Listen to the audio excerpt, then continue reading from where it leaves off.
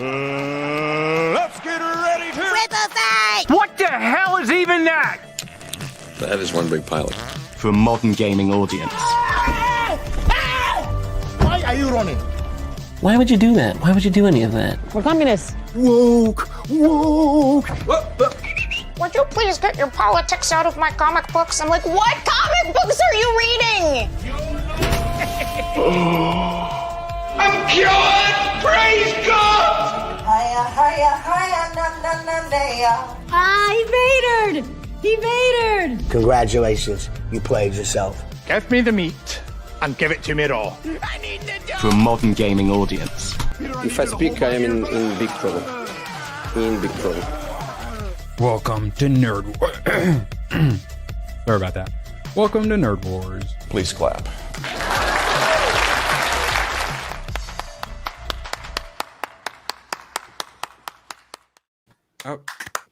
Oh, my video just kind of stopped playing in black screen there at the end.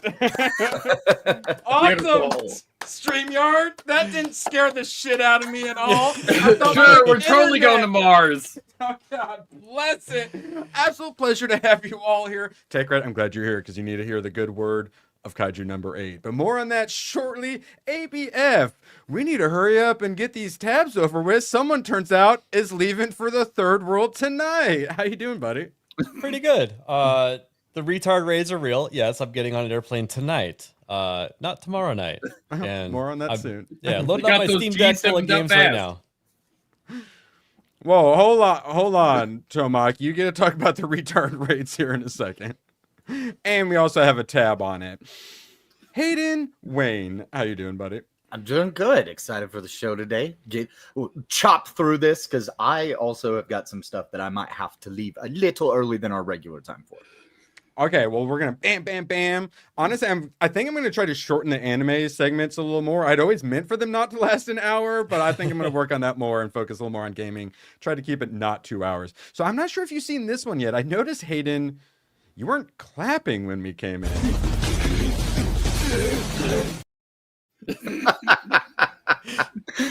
Yeah, I saw that the other day. I like that one. Okay, good. That's good.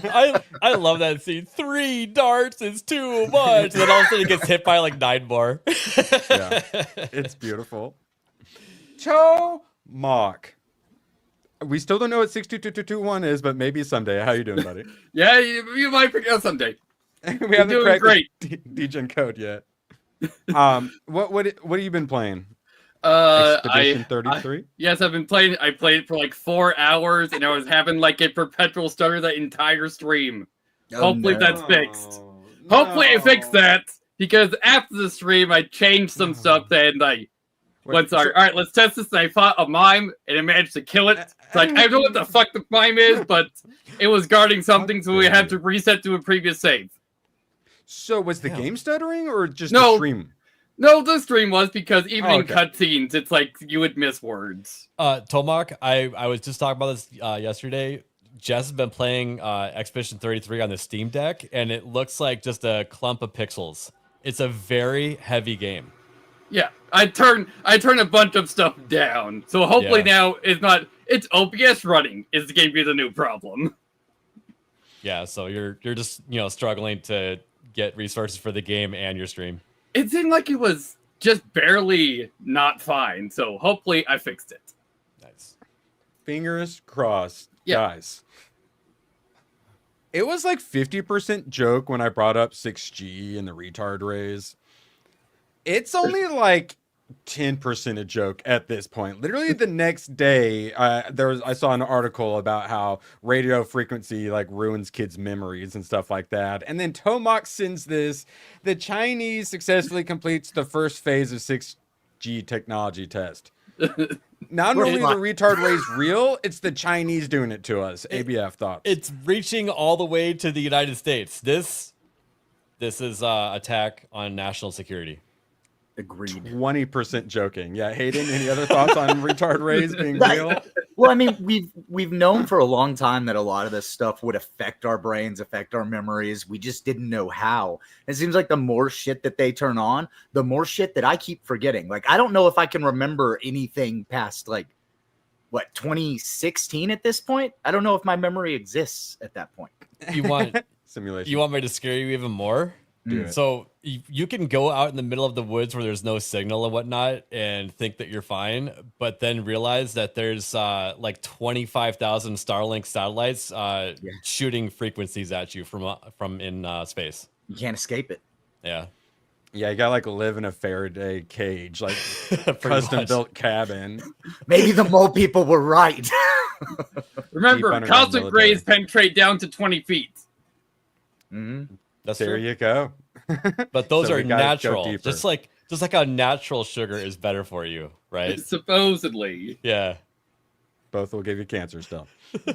Now we got to get into this so ABF can go save On a jet humanity by channeling all of our suffering into the pyramids to appease the dark gods.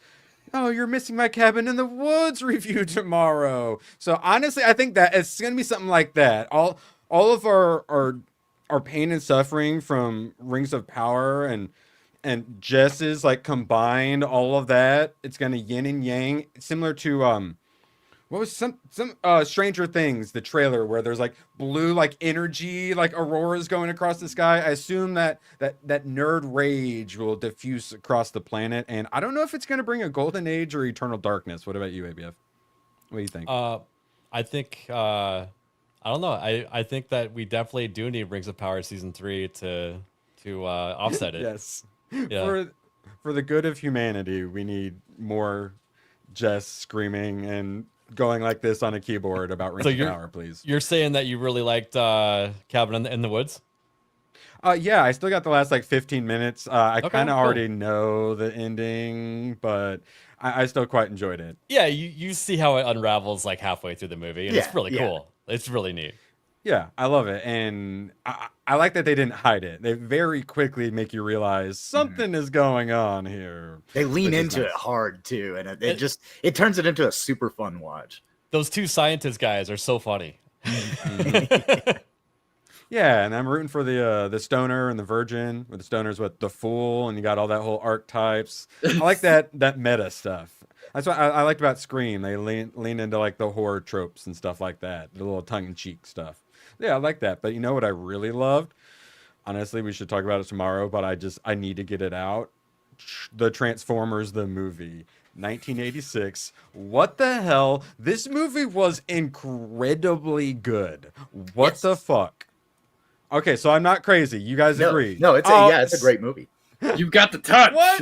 What excellent timing, Cole Hauser. AVF, did you have a thought? Oh, I was gonna say I haven't seen it in so long. I don't remember the movie. I should probably go back and watch it. So I had never seen it, and I knew that Optimus like dies. I didn't realize it was in like 15 minutes in. I assumed it was like halfway at least. Do like the Dark Knight of the Soul, the bottom of the hero's journey like arc. Not 15 minutes in, bro. Megatron just started blasting. All right, dark, very dark. But right after a quick genocide of a planet, we got a super fun little chill fishing scene. Hey, I caught something. Whoa, look at the size of it. Yep, it's a whopper, all right. Oh, nice. 100% worth the 2 hours. Tomac, your fan is killing me. It got even louder somehow. Wonder how. Cole Hauser, Praise the Raw, for 10. Hail Nerdwords, ABF, Hayden Wayne, T-Mock. Oh, brother. Is that the Tomac's urban name? Well, I did say it was Asmongold. I meant that in the nicest way possible, for the record. Tomac for a tenner. Oh no, what's he doing? Aldo Eternal Darkness came out 23 years ago? Wait, I assumed you were grabbing Aldo Eternal Darkness. What the hell is Aldo Eternal Darkness? It's supposed to be also. Oh! I forget, I didn't translate it hard enough. Okay, Eternal Darkness? That's a game? That's a GameCube game. Okay, GameCube, Eternal Darkness. Which Nintendo copyrighted a specific system in that. Oh, okay. Let's see. No, not Darkness Eternal. No, I want Eternal Darkness. Okay, well, Yeah, what was special about this? I vaguely remember It had a sanity system in it. Was the main thing. You slowly sanity go system. insane as you're playing the game. And like, Yeah, a bunch of this the bad boy, insanity right? systems wouldn't trick you now since we don't have any of those alerts on current TVs. Because like it would like you'd like lose signal or would change your volume. Yeah, so we just don't have any of those HUDs. Yo, what up, John? All right, well, and that's also kind of special because Nintendo didn't do exactly a lot of horror other than like some Resident Evil and stuff, right? And that was Capcom. Yeah, and then oh, was it? Okay, well that makes sense. Yeah, what did they try to push for the Wii U? Like Zombie U or Zombie U was a launch game, but that was Ubisoft. Such a fun disaster. Now, yeah, it's a good time. Wait, oh, actually, sorry, I forgot. 1,000 apologies. As we all know, Weeb Weekend brought to you by Tomok. Anime has a vibe. And also boobs. Now, back to Transformers the movie. Shockingly low amount of boobs. Not a lot of female representation amongst the Transformers. So you have RC. There are so many characters in this movie. What the hell? And like 25% of them, the voice acting is just shit. Or it's like Starscream and it's really annoying and stuff like that. But then the other 75% of the voice actors are absolutely just like chewing the scenery, try-harding like as hard as they possibly can. And it was beautiful. But then you also, speaking of retard rays, hopefully I can find a picture. I saw a figure of him at the comic book shop yesterday. I wanted to get it, but the T-Rex, the dinosaur, who's like full-blown retarded, and he says like, me dino like this and stuff like that. He talks like the Incredible Hulk kind of a situation. Loved him so much. You start at the beginning, you get the Omnicron? Is that what it was? Unicron, that's the one. And yeah, just straight up Galactus eating planets and whatnot. So just a children's show, just starting off with a fun little Xenocide, and then you go to that great scene. You get the kid who thinks his brother's dead and all that. I like that they had the humans, but it's like barely humans. It's all Transformers, which is nice because it's like Godzilla. I don't care about the humans. Give me the robots. And they had all different kinds. And the animation, the art and animation itself was freaking fantastic. I main monitored so much of this, even though it was on the side monitor, and every bit of side monitoring that I did, I felt shameful for doing it because God, did it deserve my full attention. I loved it. What the hell? Anyone else have any thoughts? Yeah, just like ABF said, it's been a long time since I've watched it, so I definitely need to watch it again. But I remember it being great, and I remember loving it whenever I was a kid. Because everyone like kind of blows it a bit, and it's like, yeah, all right, sure. No, there's a reason for that. It really is so freaking good. I like every angle, and then I made sure to pull up the soundtrack, the touch, obviously that being the main song. So freaking good. What the hell? Some absolute bangers in there. Also, Megatron becomes later D-Boy. Wait, really? Yeah, when he becomes Galvatron, he changes voice actor. That's Gridlock. Boobs. Gridlock, that's what it is, yeah. Me Gridlock, me hungry, and stuff like that. He talked like caveman, like Mongo. Oh, it's beautiful. It's so good. I loved every aspect of it. I unironically give it like an 8 out of 10, maybe even higher. I don't know. Maybe someone will shame me to watching G.I. Joe movie next. It's hard to quantify. I think I might know who that person will be. Cole Hauser, praise Raw for another dinner. Spike and Ultra Magnus swears Optimus comes back to life in The Return of Optimus Prime, then killed off again. Bro can't catch a break in Season 4 Headmasters, then brought back in Battlestars. Jesus Christ. That's as convoluted as trying to like collect a whole set of like comic books. God. A bunch of those might be Japanese only series also. They don't make collecting easy for us. And yeah, soundtrack, absolutely amazing. It's so good. What the hell?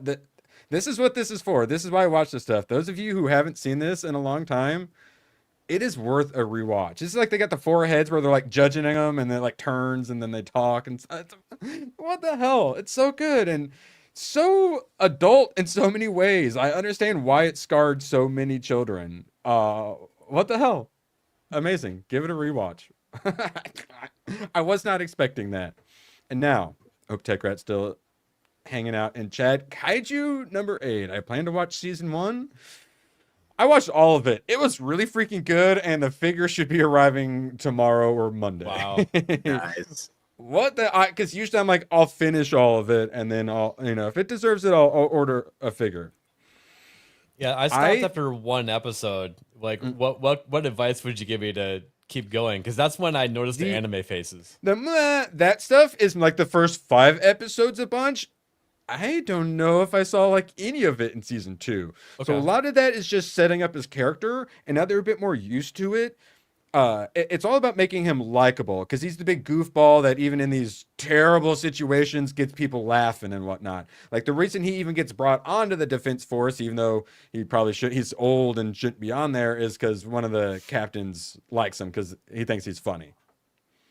So it kind of gets brought on as a joke, but then he starts realizing, wait, that guy sometimes is way stronger than he should be. And that's because, like Attack on Titan, he has to hide that he can turn into a kaiju. It's so freaking good. Art and animation, phenomenal. I love giant monsters. I mean, I would prefer they being giant robots fighting them, but this is the next best thing. Turning into a kaiju, yes. So, kaiju number 8, easy recommend. 2 seasons, it's 24 episodes. Only issue is like mini season 2, similar to One Punch Man. It basically ends, instead of having, like the Monster Association, there's like the one super smart kaiju who's leading all the other kaiju and creating really strong kaiju. So season 2 kind of ends with like everything fucked, and then like big fights about to go. So it's like sometimes it's like getting blue balled by that sort of stuff. But thankfully I got the manga, so I'm hyped to actually read through that now. And just to be clear, this is the one where it starts with him on the cleanup team, right? Yeah, similar to like Solo Leveling, correct? Yeah. And then he's ends up in like the hospital or whatever, and he's laying in bed, and all of a sudden a little kaiju thing looks at him and then flies into his mouth, and then he can turn into kaiju. Yep, that's right. So, but he can lose control, so he's like afraid to. At the end in season 2 is like the big kaiju like wants his power, so like all the kaiju are attacking, and they won't let him like go because that's what the bad guy wants. So it basically ends with him finally saying, fuck it, I can't sit back anymore. And so it's like, oh no, I want to see what happens. But fantastic. 24 episodes on Crunchyroll. Easiest recommend. You like the more mainstream animes, the shonens and whatnot. Chainsaw Man's, the One Punch Man's. Easiest freaking recommend. You love kaiju like me, giant monster fights. Easiest recommend. I've wanted to watch it for so long because I knew it was something I would love. And I just kept putting it off, and thankfully Gooch kept chilling for it, and I'm glad he did. Kaiju number 8. Easy recommend. Well, I mean, hey, on Saturdays we do rename the channel Weeb Wars. All right. Kaiju number 8, easy recommend. And I told you all, check out some Tatsuki Fujimoto on Prime. This is the Chainsaw Man director. A lot of you guys finally checked out Chainsaw Man since the movie came out, and turned out you really enjoyed it. Well, the writer has some other stuff, including these short stories. They finally turned that into the anime, and as I warned you guys, and as ABF refused to listen to, there are some good ones and some not so good ones, as ABF discovered. First one, fantastic. Easy recommend. Good way to see if you're going to like it. But then don't do the thing ABF did and say, I'm going to watch the next one. No. First one, this is aliens take over, and then some surviving humans trying to get by, and then skip down to this fourth one. We're not even going to talk about these. Just go ahead and skip down to this fourth one where it's the Tomak, you would enjoy this because it's the kite style. It's the Virgin Punk Clockwork Girl. I decided not to see sort of style. Except not 35 minutes. Yeah, weird sociopath, fucked up kid who like kills animals and stuff like that. Who turns into like the world's greatest assassin. And then she meets a vampire who wants her to kill him because he's tired of living. And a fun little relationship ensues. Sounds like Undead Unluck. Oh, is that what? Oh, I've thought about that. That is on the list. So, okay, interesting. Mermaid Rhapsody. This is my favorite one from the manga. it's mermaid love story, but mermaids also eat humans. So love story, but don't accidentally cut yourself under the water or your girlfriend's going to try to eat your ass. Great. So she's a kappa. Easy recommend. ABF, since you like to do the opposite of what you should totally watch Woke Up as a Girl Syndrome. It's so good. This is a recurring bit more often than it should be. Then I'll watch the one right after that too. Oh wait! Oh no! There we go. Yes. Just do. Oh my God! Just do not watch the last one, please. Don't watch the last one. It's literally two sisters like essaying each other. Now. Oh my God! So, Welcome as a Girl Syndrome sounds exactly like it is. It is absolutely trans allegory. Just skip that one. Nayuta of the prophecy. It's Kinji's little sister Nayuta has horns on her head. Cannot speak properly, which I love the way she speaks. She just says like, murder, pestilence, death. Like she just says 3 like really like negative dark words, and that's the only way she can communicate. Kills animals, eats their carcasses, throws the carcasses at him and stuff like that. And then there's a prophecy that she's going to destroy the world. So it's like he thinks she's probably going to destroy the world, but it's his baby sister. So he's got to take care of her, and then the people who believe the prophecy kill his dad, and so it's just him and his little sister, and he's trying to raise the thing who's going to in the world. Yeah, really good. I liked it. So recap. Number 1, skip it to number 4 and number 5, skip it number 7, and then number 8 does not exist. I swear to God, if you all prison school me and watch this, you're getting timed out in chat. I'm looking at you, ABF. I can't be the only reasonable person again. I'm preloading it on my phone to watch on the airplane right now. Well, that's a choice. Hope you get detained. Okay. So, let's see. Moving on. Ooh. All right. So everyone may be very happy. Yes, basically. Everyone may be very happy that anime is going mainstream. And I was trying to say, I feel like anime enjoyers are going to gatekeep the shit out of it. I think we're going to be fine. It's also been mainstream for years. That fan is killing me. Not me this time. It's killing me. Japan's Ministry of... so now, as we all know, Japan's Prime Minister is based woman. And Japan's Ministry of Economy, Trade, and Industry has proposed new policy guidelines to boost the global reach of anime, games, manga, and film, and music while protecting creators' freedom. So they realize it's a good export. They want, and it is smart. Japan's economy isn't always the best. Its currency is down in the dumps. Oh yeah. So it needs to have one of its most popular exports, ramp it up, but by doing that, making it go mainstream, that's the problem. It's going to get diluted, and people are going to not end up liking it anymore because it's no longer going to be the anime they want. So this is basically about funding creators and trying to protect them from Western companies. Japan wants zero Western interference in creative works, and they want to also help fund the creators as well. So they're doing it right. Hayden, thoughts? Mainstream anime while protecting the integrity of the art form? Yeah, this is kind of, and I am one of the people that is like, gatekeep anime, and that was one of the reasons was because yes, it was. That's fake news. We don't see his lower half because those are the cheeks that are clapping. Yeah, you don't know what's clapping. But no, being one of the people that has been like really hard on about the we have to protect anime. Yeah. You've been real hard on about it. That's what I heard. I said it. But this does kind of help to move some of those worries aside, because the problem that we always had with it was Western audiences interfering in what type of content we're actually getting.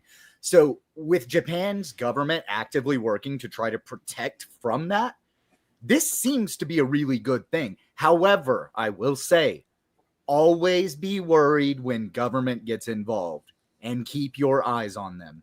Do not trust them to do the good thing they are saying they are doing for every government. Yeah, read into it. Yep. But yeah, she's pretty based though. So I prefer this over like stop killing games, wanting the European Union to fix things for them. I'll take base Japanese prime minister. Yeah, she Summer was League a Games was at least the closest thing to like we need some actual backup for this because companies are never going to do this on their own. yeah.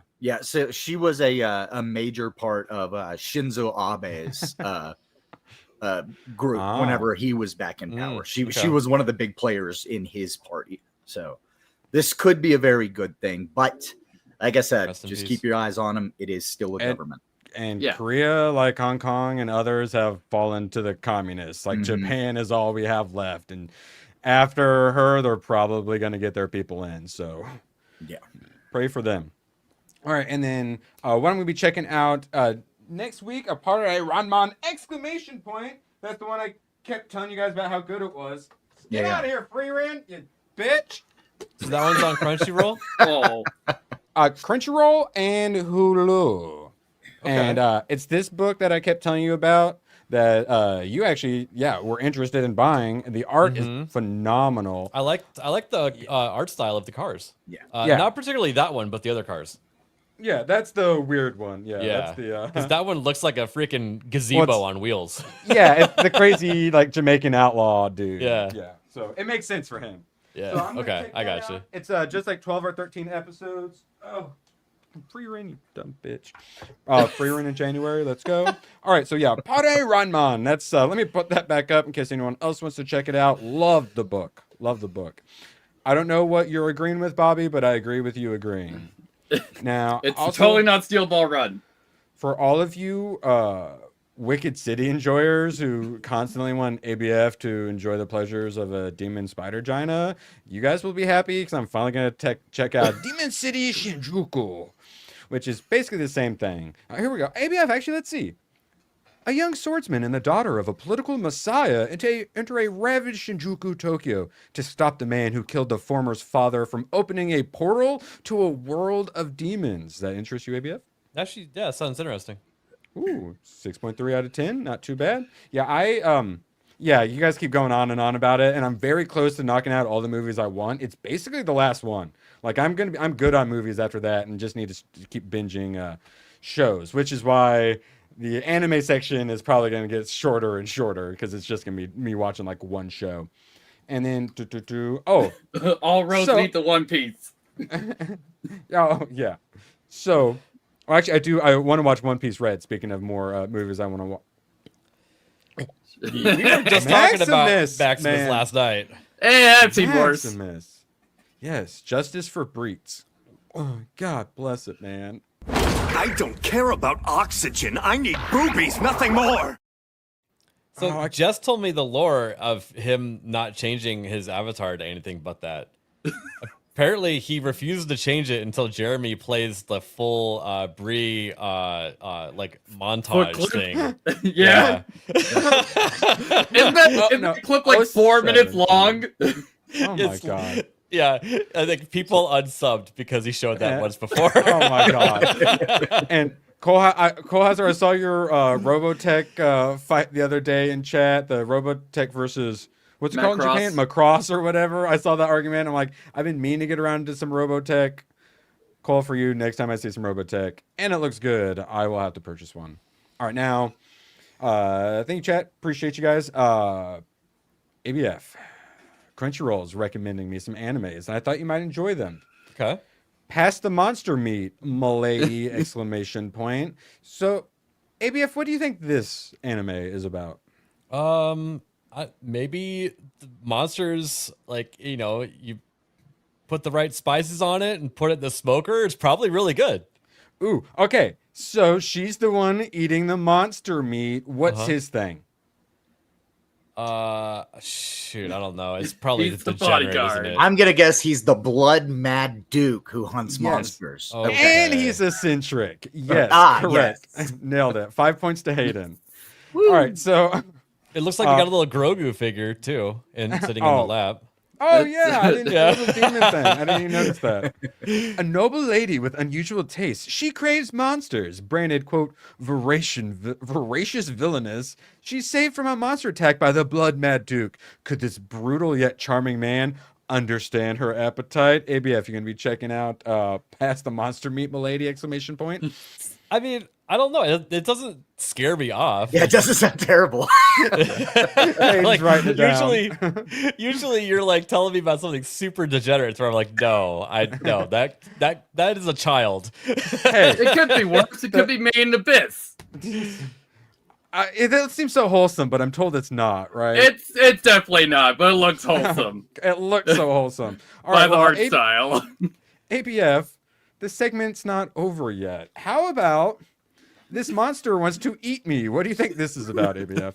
Well, that could mean a couple different things.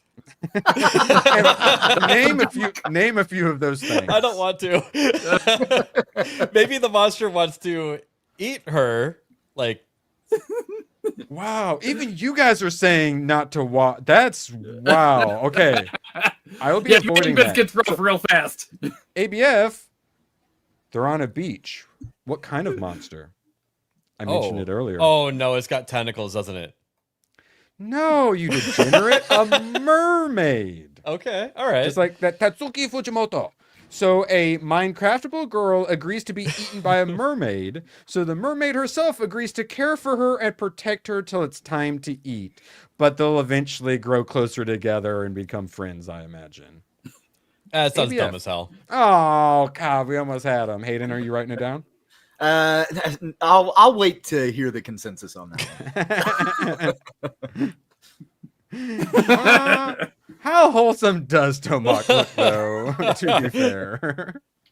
All right, fine. ABF is so picky. I think I found one for you. Have you ever dabbled in any light novels? I was caught up in a hero summoning, but that world is at peace. What do you think this is about? I don't know.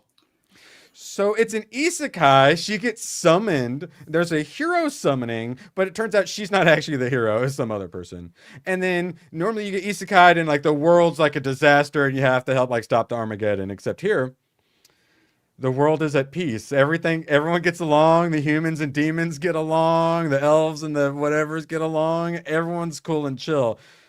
So they basically just do a slice of life, and then all of like the big heroes of the story start like a harem. Essentially, she starts collecting pretty boys as a harem.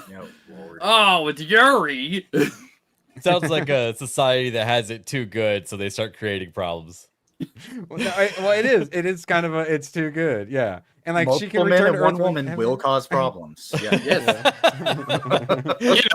The Trojan War. All right. So ABF, will you be reading this? No. No, dang it. All right.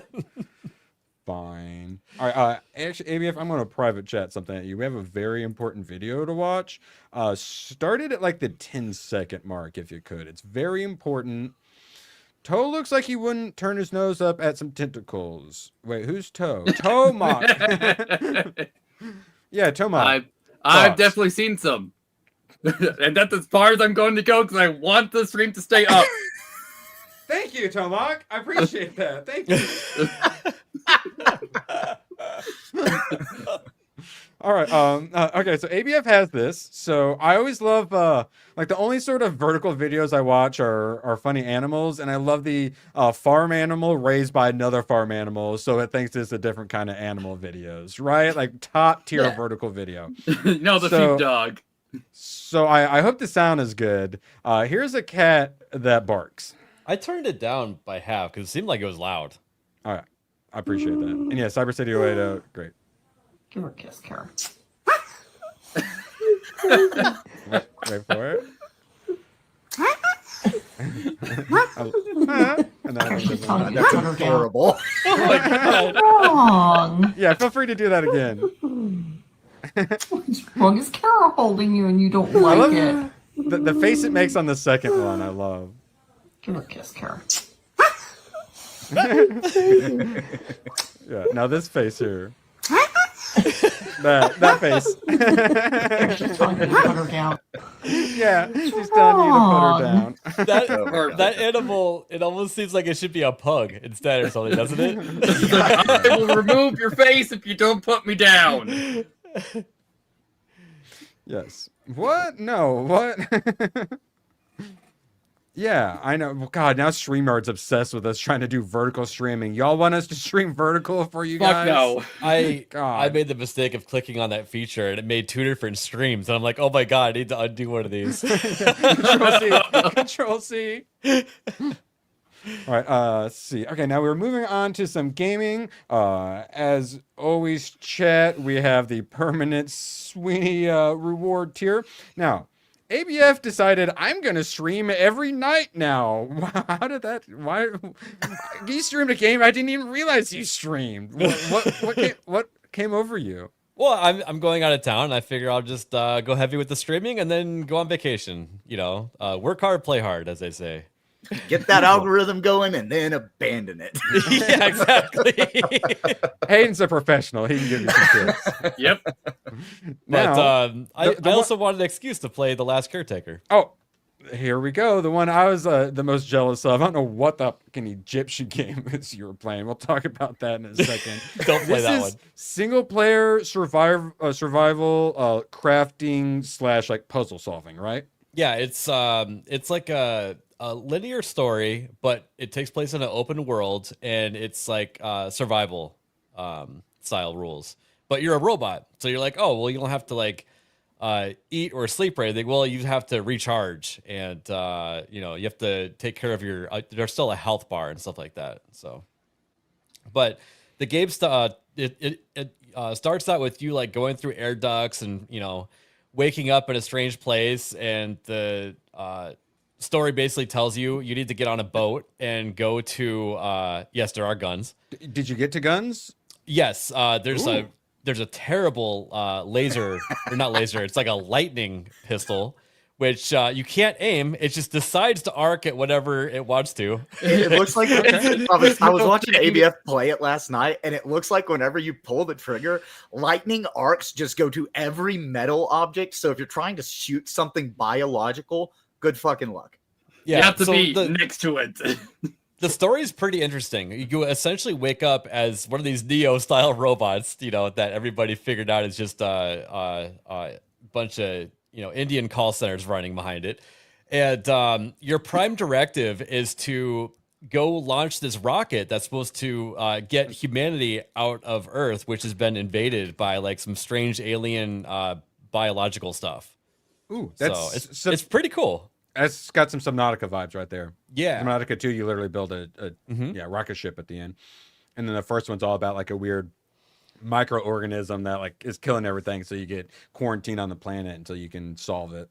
Yeah, it's really neat. The whole boat thing is like, you jump in the boat and realize you got to power it up and keep it powered and stuff like that. Boat and gun already? Yeah. And it goes really slow, so you can upgrade it by making modules and collecting scrap to make those and stuff like. It's really fun. Sounds like Raft. Yeah, A little bit. Raft, Subnautica. You went what, 3.5 hours? I think it went for 4 hours. Yeah, about 4 hours. Oh, actually, yeah, I have you. Yeah, oh my God, yeah, I have it pulled up. 4:11. Jesus Christ! I got up to piss at like 5 in the morning. I'm like, oh, it says ABS live. No, that's weird. It must be like an old. ABF is live right now. I didn't watch because it's weird to piss and watch my friends, but.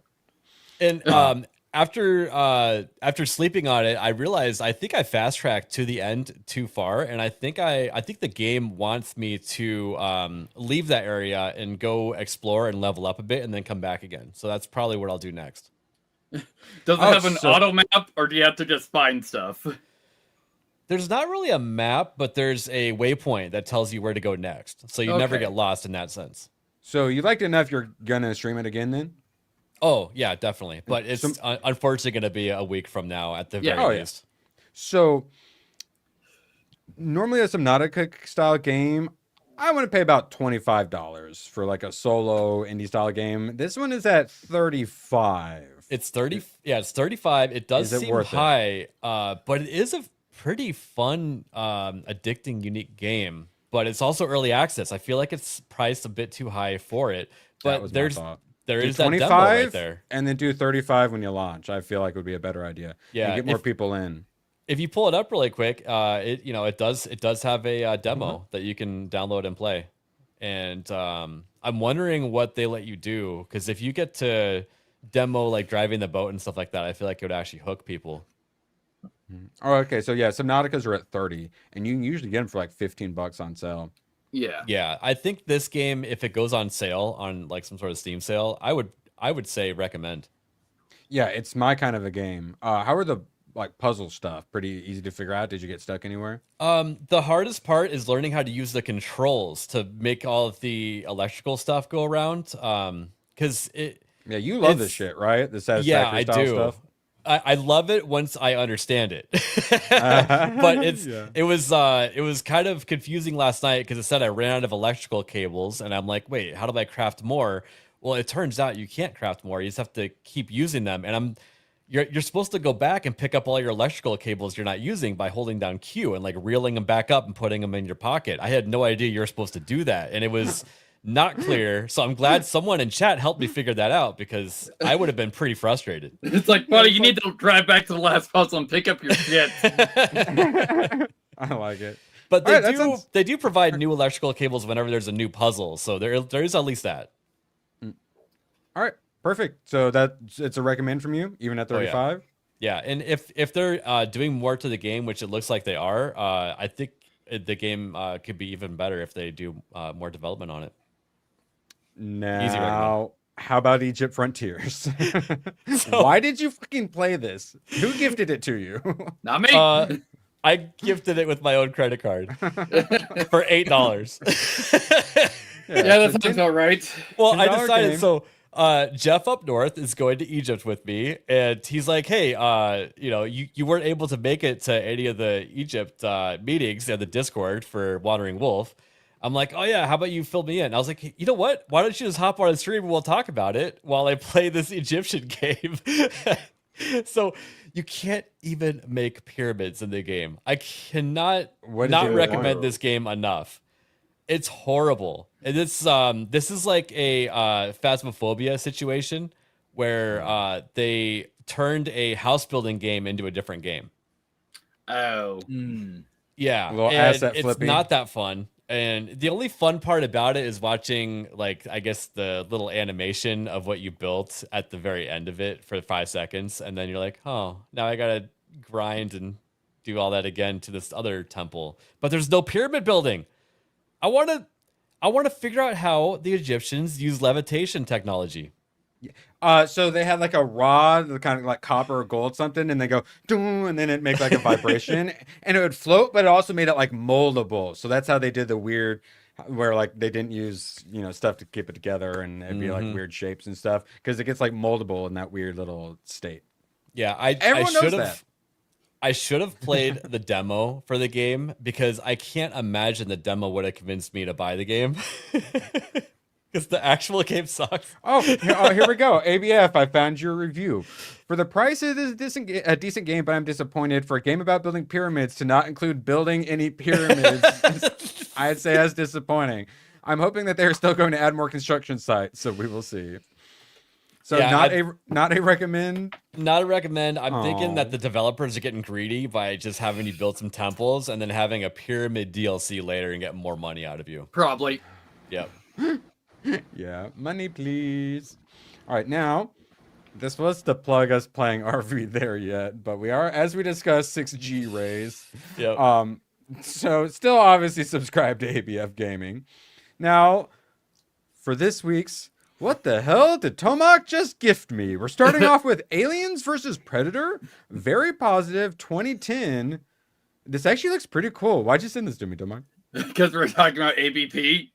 Yeah, that was my thought. This is the most recent one. Oh wait, and you can play as the alien. Yeah, you play as all three groups.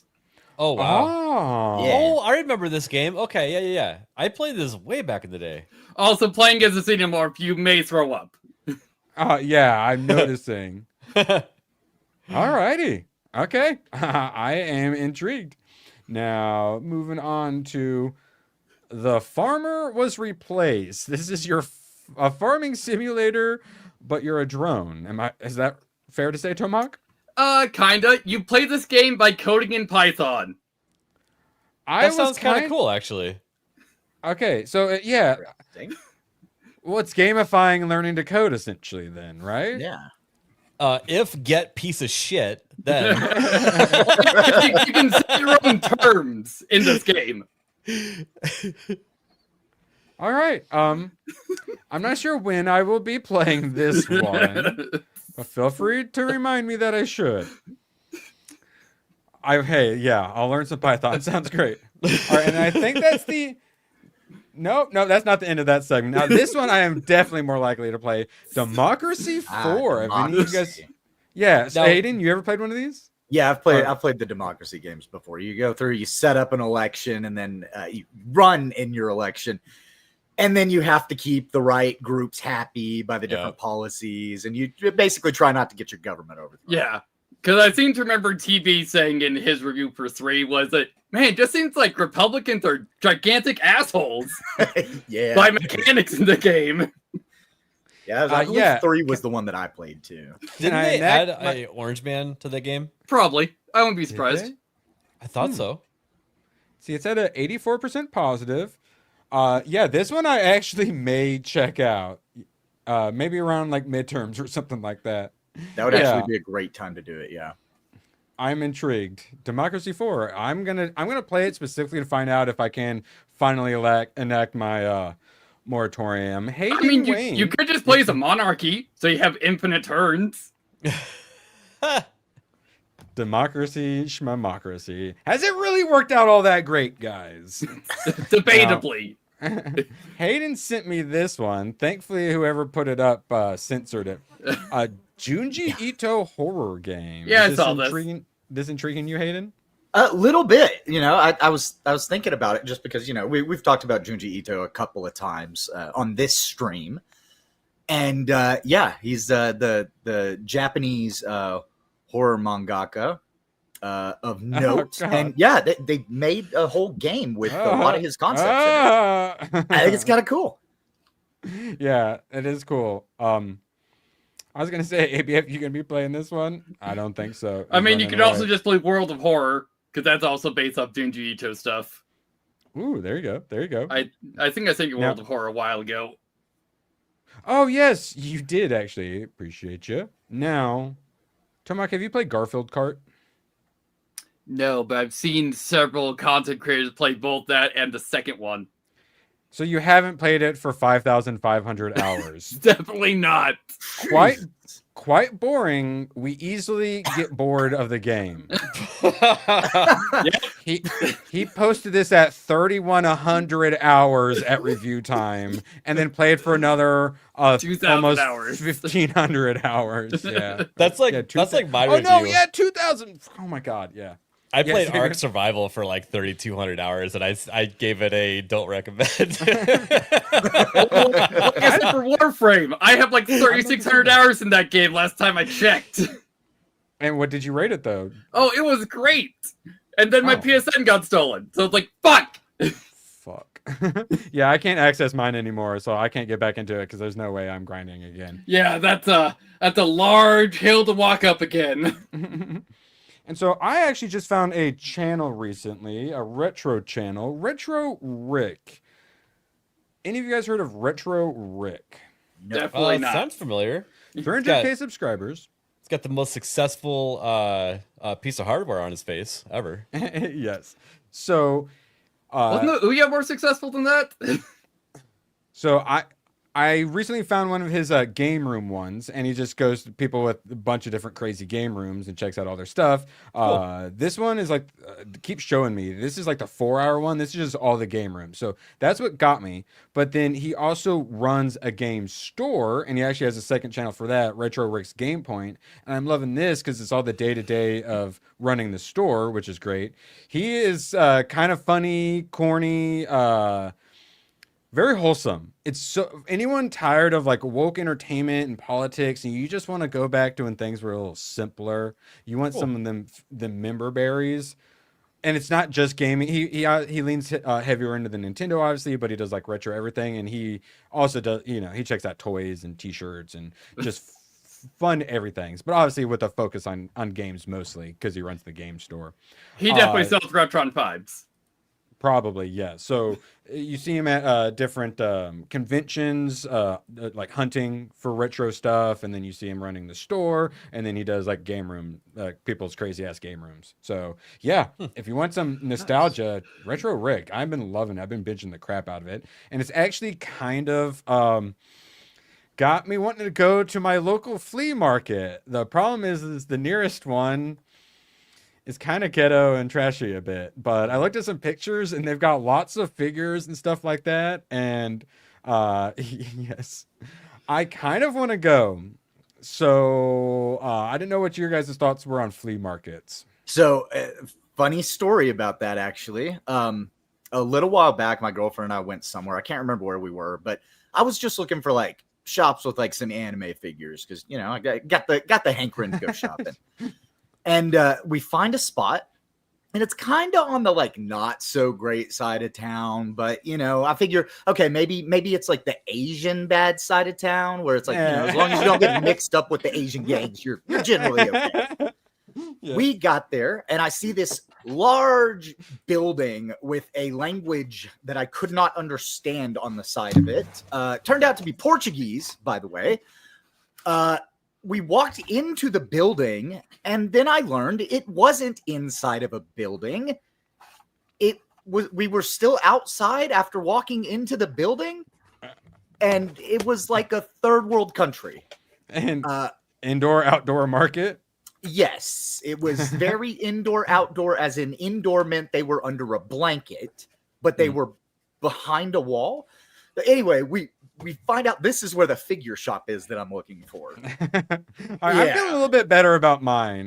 Yeah, dude, like, it sounded like you're going into a bazaar, like ABF's going to be heading into. Yeah, dude, that's exactly what it felt like, because there was stuff everywhere. So in this far corner, there's this little gaming and anime stand. The shit they had back there, like some of the figures and stuff that they had like I want to say it was like a 12-inch Goku that was like, it looked cool, right? But they wanted $350 for it. Yeah, I was like, there's no way that's worth $350. Well, yeah, they're probably charging con prices. Yeah.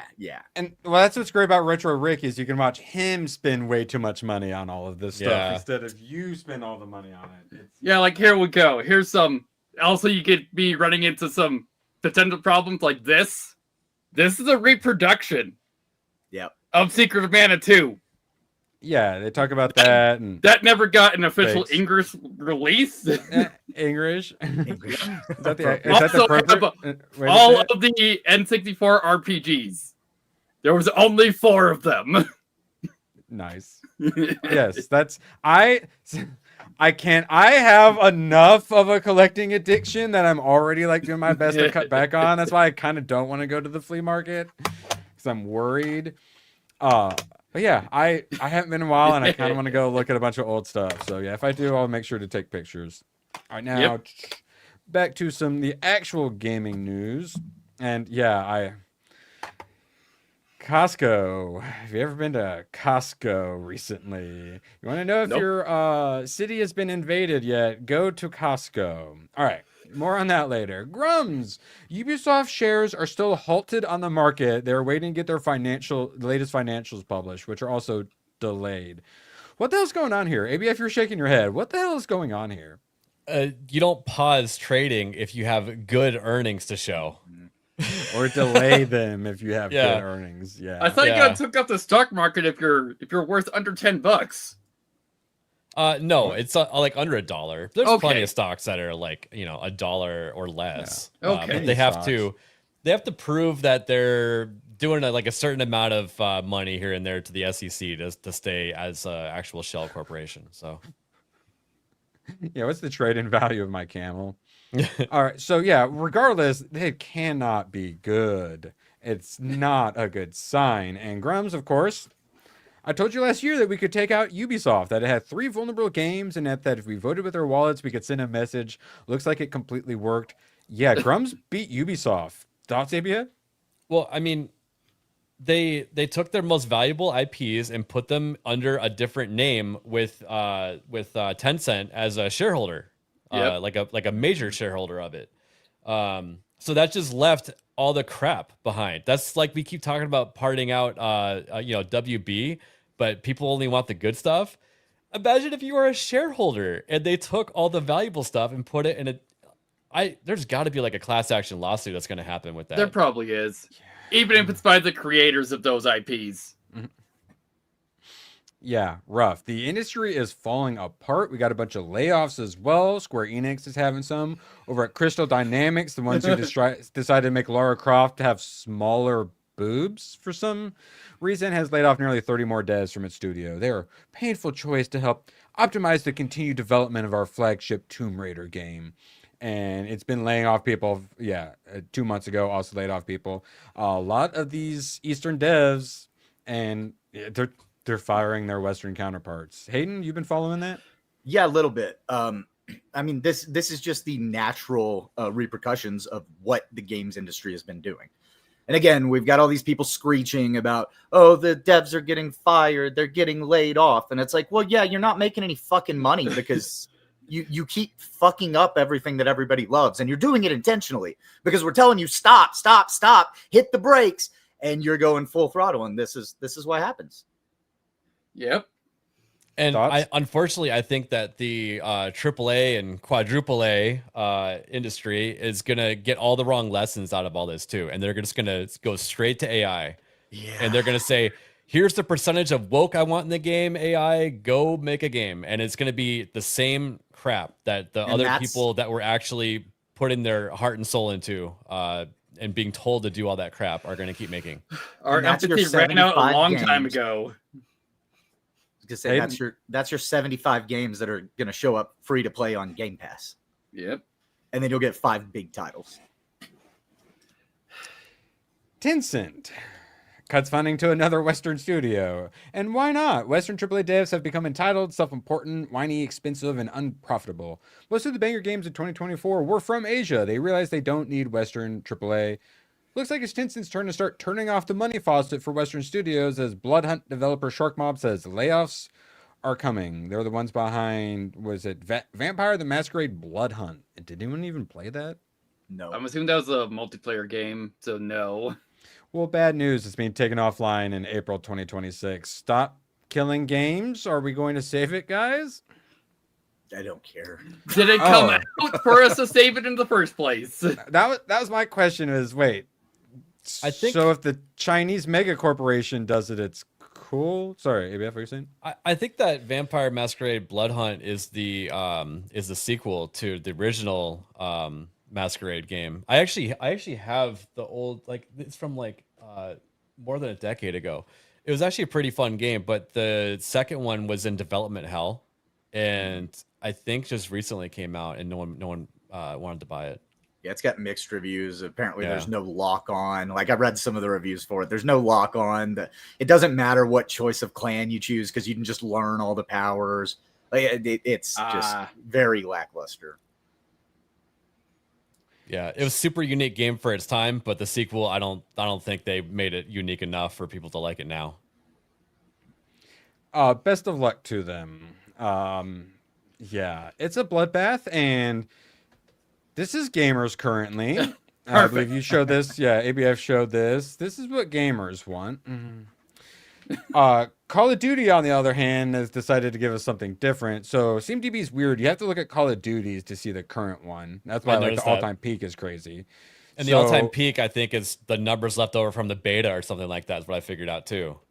They didn't separate them. We were at a peak. Yeah, so we got a new high peak at 92. So today we'll probably finally hit 100K. That's not good. Mo played it last night with the G&G crew, and Hoodie's been playing it, and Hoodie keeps lying to people about how good the game is because they dropped skill-based matchmaking, which is great, and I think all games should drop skill-based matchmaking, but people are not enjoying the game. I was watching Mo and the crew play it last night, and oh my god, it looks fucking awful. Well, we actually have a clip of it. ABF, I threw it in private, if you don't mind grabbing it, of the campaign that, as we saw from the trailer, goes absolutely off the rails. Yeah, Arc Raiders and Battlefield both destroying Call of Duty currently. And, well, we have an example of why. So when I saw this, people were complaining. I'm like, oh, who cares? It's some like zombie mode or whatever. I don't really care. Now this is the campaign, and just go and roll the clip. All I know, Democracy 4, I know the first thing I'm doing.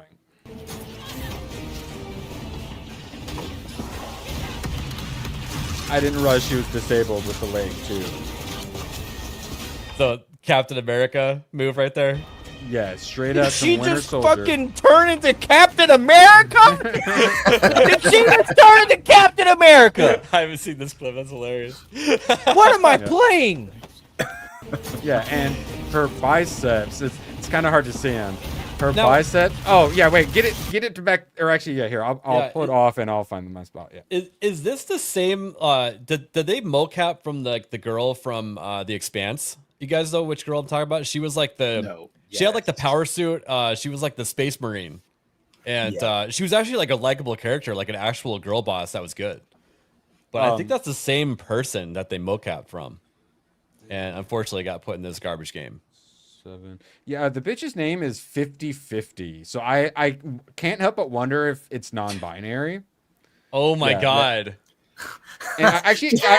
50% male, 50% female, 50% human, 50% cyborg. Oh, okay. Actually, she may not even be black. I think she's Dwayne The Rock Johnson. What were you saying, Tom? I was assuming, like, are they going off like she's like Fortune? That she's just lucky? For 50/50? Call Hauser for 2. Even I have black fatigue. My lawyers have advised me not to comment, to plead the fifth, but we all know what I'm doing first thing in Democracy 4. Yeah, because Hay would know this. Fortune's also black. Yes, but Fortune is an awesome fucking character. Yeah, like, she's great. New Zealander, and then the actress is Frankie Adams. So let's see what Frankie has done. She was in The Expanse, right? I'm gonna go ahead and say probably. All right. I actually enjoyed her character in The Expanse, but unfortunately, the show just kept, winding down as it went on, and it's a good thing that they canceled it. Okay, so this isn't at least like that Katie O'Brien lesbian from Running Man and Mission Impossible and all that. Okay. Well, yeah, I've actually seen her in like interviews. Like, she seems like actually a lovely person. Oh, yeah, she doesn't seem like a muscle mommy. No, but she, okay. like I said, she is wearing like power armor in space, and like she can like crush skulls and shit. Like, it's, she has an exosuit on, and it actually is believable. But she spent her entire life like being a Marine, and like she earned it in the show. Yeah, I'd say she seems much less insufferable than what we just watched. Oh, 50/50. Let's see. Okay, they're saying her. That's good news. Hers and not they thems. Literally, I'm out here doing a check in the early life section on the wiki. I actually don't think that they would try doing the whole sexual identity stuff with like the they thems in Call of Duty. I don't think it's gonna work, and I think that they know that. Those with trans camos. That is that's a good point. They already did try it. The trans camo for the ammunition. Remember that? Yeah. That was a bug, ABF. Oh yeah, surely. Mm-hmm. Ugh. Yeah, I don't. The pictures are too small. Yeah, I don't. Yeah, she looks much better in The Expanse. We'll go with that. Yeah, she kind of like she looks like these broads, but more on them later. Or yeah, in The those Expanse, gentlemen. she's not like super muscly. She's just like kind of like a thick girl. You know what I mean? Feels like I'm watching Fast and Furious with Dominic Toretto as whatever the hell she just did. I'd say I'm about 4 missions in with my cousin right now. I feel like I need to roll one to understand the wavelength. Yeah, they go full reality breaking in this. What the fuck is this? Still better than Battle Dad 6, which is crazy. Even Modern Warzone says no, it's not. No, lol. it's not. Jeremiah in chat says that the campaign isn't woke or anything. It just sucks, feels lazy, like an AI generated story. Yeah, you probably have this, but I saw someone got a refund after they beat the campaign past the 2-hour mark. With all the Fever Dream stuff happening, it feels like that from all these clips. I haven't played it myself, so I can't say. Well, ABF, what if I told you Activision confirms Black Ops 7 uses generative AI tools for assets? And maybe the things that were being generated like steered the story in a certain direction because of the outcomes of some of the prompts that they made for the AI assets. You know what I mean? Yeah. Oh, for the achievement banners. All right. And then, well, then Jeremiah, let me know then how is this broad? Because I literally it was like Black Ops 7 black woman, and it kept showing me this broad. So she's the strong woman bad guy or something, maybe? She kind of had bad guy vibes. I don't know. It kept showing me her, and there are a lot of boss bitch vibes coming from her. This is why I tell everybody at Black Ops 1, like just cut it off right there, because it's like 1980s. Women aren't allowed on the battlefield. Let's just go back there. It's hard to be woke back then. Like, stop it with the Black Ops 2 is a better game. No, let's go back to Black Ops 1. Maybe they're snipers. What? Anyone else have that dream when you're falling and Erwin catches you? No. Erwin doesn't catch me in my dream. Depends on the super chat. Okay, now AI taking over gaming. Krafton launches voluntary resignation program for employees as it transforms into an AI-first company. Under the program, domestic Krafton employees who choose to resign will be eligible for special severance packages. So I will say getting a golden parachute to be replaced by AI is definitely better than having to train your Indian replacement. But it seems a little rough. But is it really what's happening? Grums points out AI isn't ready today to take over a huge number of game jobs. Some of this is real prep for AI. Some is an excuse to trim COVID level of staffing. Bingo. Yep. I believe it. Yeah. Hayden, you got any more thoughts on that? No, I mean, this is something that they did in 2020 is they hired a ton of people in work from home positions, and they didn't ever have the heart to fire them. They didn't need to ever employ that many people, but at that point, it was so difficult for some people to get jobs that the games industry absorbed a lot of the people that were in that industry. Now, I've gone through some of the people that did different things that transitioned into the gaming industry around that time. And a lot of them, they were like financial advisors and shit that went over into gaming.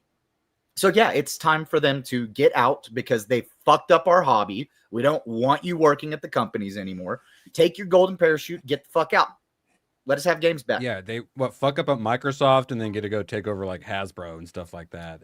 They constantly fail sideways. Now, more AI taking over gaming. Grum says AI companions in games is going to be a game changer. This is Google DeepMind. SEMA 2 is our most capable AI agent for virtual 3D worlds. So I watch Neurosama, an AI VTuber, and she plays games. Not often well, but she can play games, including Minecraft and others. What was the buckshot roulette? She can do. God, what's the card? Oh God, what's the card? Something Tower? The card deck building game roguelite? Hand of Fate? No, come on, Tomak, you can get it. You can get it. Something. No, fuck, no. I forget it, but yeah, she can play various games. Subnautica, she did Outer. Right, no, she didn't do Subnautica. She just played with Outer Wild. She played where she was able to do AI and control the ship, so she would just constantly fly him into the sun and stuff like that. So it's obviously still working on it. That's not quite what this is. This is where ABF, you let AI play for you. Oh God. So like you. This need is some like dead help. internet theory stuff. An agent that plays and reasons in virtual worlds. Us olds, we'd have to call a hotline to get gaming tips. Now the AI gives us the gaming tips and can just play for us. ABF, won't you think of all the games journalists will finally be able to play video games now? Oh my God, that's so true. They'll just have like their favorite AI script running games so that they can claim that they played it. Wasn't this a joke with NVIDIA a few years back? See, I actually was excited with AI entering games, but on a specific level, not any of this stuff that we're seeing right now because I don't like it. But I like the idea that NPCs can interact with you with different AI things every time. It can keep track of the conversation, and you can make your own experience. And it doesn't require someone to write the story and have like a huge storyboard. You know what I mean? Because AI can just make it. I think that's really cool. Yeah, Give the AI a couple of bullet points of like, this is what happens in this story. And then they can, form conversations around those, and everybody can have a unique experience. I don't like I don't like the AI actually making the games outright. And also, this is a whole different level. Tools and coding. Yeah, Tomac, were you going to say something? Yeah, as Rhino said, it's Slay the Spire you were talking about. Yeah, it's a good one. Yeah, and she can beat Slay the Spire, which is kind of difficult. Slay the Spire 2 coming out eventually. It involves like strategy that I'm kind of shocked they're able to do, and this shows like how much they can reason. And okay, the on-screen instruction is to repair the pulse engine. I'll start by accessing the starship's inventory. So I've opened the starship inventory. I see the damaged pulse engine. Now I'll check what needs to fix it. And so it can do stuff like that. But then you can get really weird with it. Find the object drawn in the sketch and jump on top of it. So you can draw a rough sketch of a ship. It realizes, okay, I see the crashed ship. I'll head towards it and jump on top of it. So you can literally tell it what to do, but like in riddle form. Yeah, it has reasoning. It's looking like. I was going to say, I wonder if this could also be why a lot of these big game companies are moving into, we have X amount of players instead of, copies of the game sold and stuff. Would they try to pad these numbers with the AI maybe? Like all the bots in a Fortnite or like Battlefield match is going to get counted as a player. Yep. So yeah, like ABF, if you want to find it to find the red house, instead of asking it to find the red house, go to the house colored like a ripe tomato. The user wants me to go to the tomato house. Based on the description, ripe tomato, identify the red house down the street. So that's just to show off its reasoning. And then this is more one of the kind of games you play, what, Hydro Near or whatever. So you can literally have it build stuff for you. Yeah, I've played Hydro Near. But then, like, what's the point? You guys remember EVE Online? That game like created and also like EverQuest and stuff like that. People would actually mine gold in the game, and it had a real monetary value. Like that's gonna happen with this too. The Chinese are gonna utilize AI to play the game for them, so they can sell in-game currency. Oh boy, Eve stories. Like a couple times, people's power has been cut because they're on the opposing company in the game. Mm-hmm. So now ABF, Google AI could be training itself to play video games by watching your video game streams. Likely. Yeah, I do not consent. Because similar to you're streaming on Google. I know. You're on the wrong platform then. I probably did consent by clicking one of those. Yeah. So if you've seen the way they're training like the Tesla bots, is they actually like have them watch videos of people like cooking, and then they try to repeat like doing cooking stuff like that. Is basically how we have the different ways of learning, and they're basically trying to teach them how to do stuff through visual learning. And I'm constantly shocked by like, because Neurosama can see the screen, I'm constantly shocked by like how much she can figure out just from looking at stuff. GeoGuessr, have you guys heard of GeoGuessr? Yes. Mm-hmm. Yeah, she'll look at a telephone pole and say, "Oh, that's the kind of telephone poles they have in so and so country." Grass America. Yeah, and that would be without her being able to access Google for searches. And if she can access Google for searches, she can figure out anything of where they're at. Sorry, I'm laughing about the idea that some AI is like studying Jessica's baking streams, and they'll be like, "Man, this AI is really good at cooking, but has this crazy hate for Rings of Power for no reason."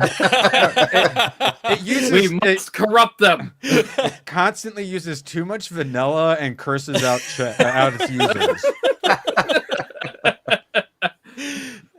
And then you've probably seen some of the various YouTube videos of I taught an AI to play a game. And one of the ways they usually would do that is trial and error, where you basically just have it just go through and do trial and error forever until it figures out how to make things work. So like self-improvement, you got generalization, advanced reasoning. Yeah, like those Funny, videos, guys. like you complete one loop after 20,000 iterations. And people are, South Park made that joke about no one knows how to do shit anymore. Like this is it's gonna make it even worse. Yep. No one's gonna know how to do anything. They won't even know how to wipe their own ass. They'll have AI use the bidet for them. Robots too. Once we have the robots, the Tesla bots, man, yeah, AI is going to control everything along with the Indian person controlling the robot. Now, more AI. Horizon MMO, which I was mildly interested in very, very, very briefly, uses AI extensively in development, says NCSoft. Also, character design, thoughts. Hayden, looking at you. Yes, Me likey. Very good. Very good. Yeah, I like it too. But is it as good as the original? I still That think wasn't the Alien original. looks fine. Like she's that's getting not the old. Yeah, that's the second game. I know.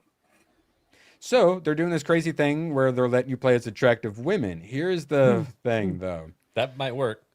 I know. It's just the fact that the freaking Chi-Coms have figured it out. That's so annoying. We're very excited about the latest announcement from our friends at NCSoft. Horizon Steel Frontiers, a cross-platform MMO. Let's go for mobile. For mobile. Damn it! For mobile and Don't PC. Don't you have a phone or what? Unfortunately. Do you remember recently there was a Chinese knockoff game of Horizon that was exact copy, basically? Yeah, and they shut it down. And they couldn't do anything about it. Yeah, they did like a massive update to like try to change it. Yeah, so I think I understand why, and it's because they were working on this game, which is a Chinese Horizon game. So yeah, I think I done figured it out. Yo, Giratina. Oof. And now I think that was all of that. Now, Hayden, it's your time to shine. Feng Yon Jian, where winds meet, peaks at over 140K players. Wait, on D Team? I don't know what D Team is, but Steam. no, yeah. So I checked this out yesterday for about 4 hours, and it is so whenever we were talking before the show, I said, well, it is an MMO, but it's not like a traditional MMO. So it's a Souls-like MMO.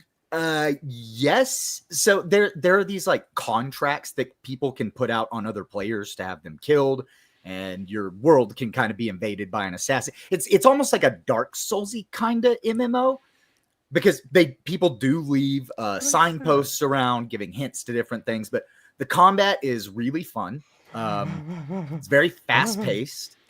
There's all I can't hear anything that Hayden's saying right now. My brain feels fuzzy. Did I just get hit with 6 Gs? Sorry. Well, I apologize. That was weird, Hayden. You want to finish? No, it's just it kind of came out of nowhere, and it's a beautiful game. You told me about it like a week or less before it came out, right? Yeah. And I couldn't believe I hadn't heard of it. Free to play. I really got showed up about this 2 years ago. Yeah. We actually talked about this on ABS. Tomac, we're not all you. Earlier in the year. Some of us miss some games occasionally. Okay, wait, ABF, did you remember talking about this? Yeah, no, I remember talking about this. It's just, I don't think it's my type of game. Same. It looks gorgeous, though. If you've seen like the real trailers, it looks freaking good. It's also not mine. Too. You guys like your hack and slash games. I used to like those. I just haven't liked them in a while. How fucking dare you? I like my hack and slash games. No, I'm not shaming or anything. It's just I have different tastes at the moment. So I don't like Souls-like games. If this were a hack and slash, I'd be all I saw over a campfire. It. Yeah, that's what I'm saying. It's a Souls-like, and you guys still every one of your fucking game showcases, every one of you, every time one of you guys makes a joke about me saying everything's a Souls-like.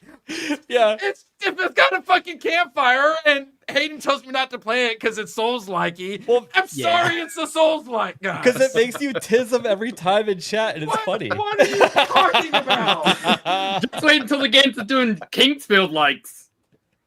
Wait, Kingsfield. I heard Kinksfield. Wait till the Kinks-like genre. ABF, dropping 50. ABF, do you want me to go to the ghetto flea store? Or flea market, rather?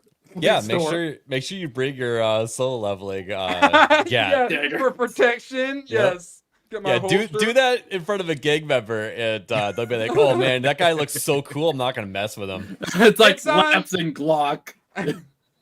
It's on the better side of the highway, at least. I don't think like my car is probably going to be there when I come out. Let's see. Well, you still have tires.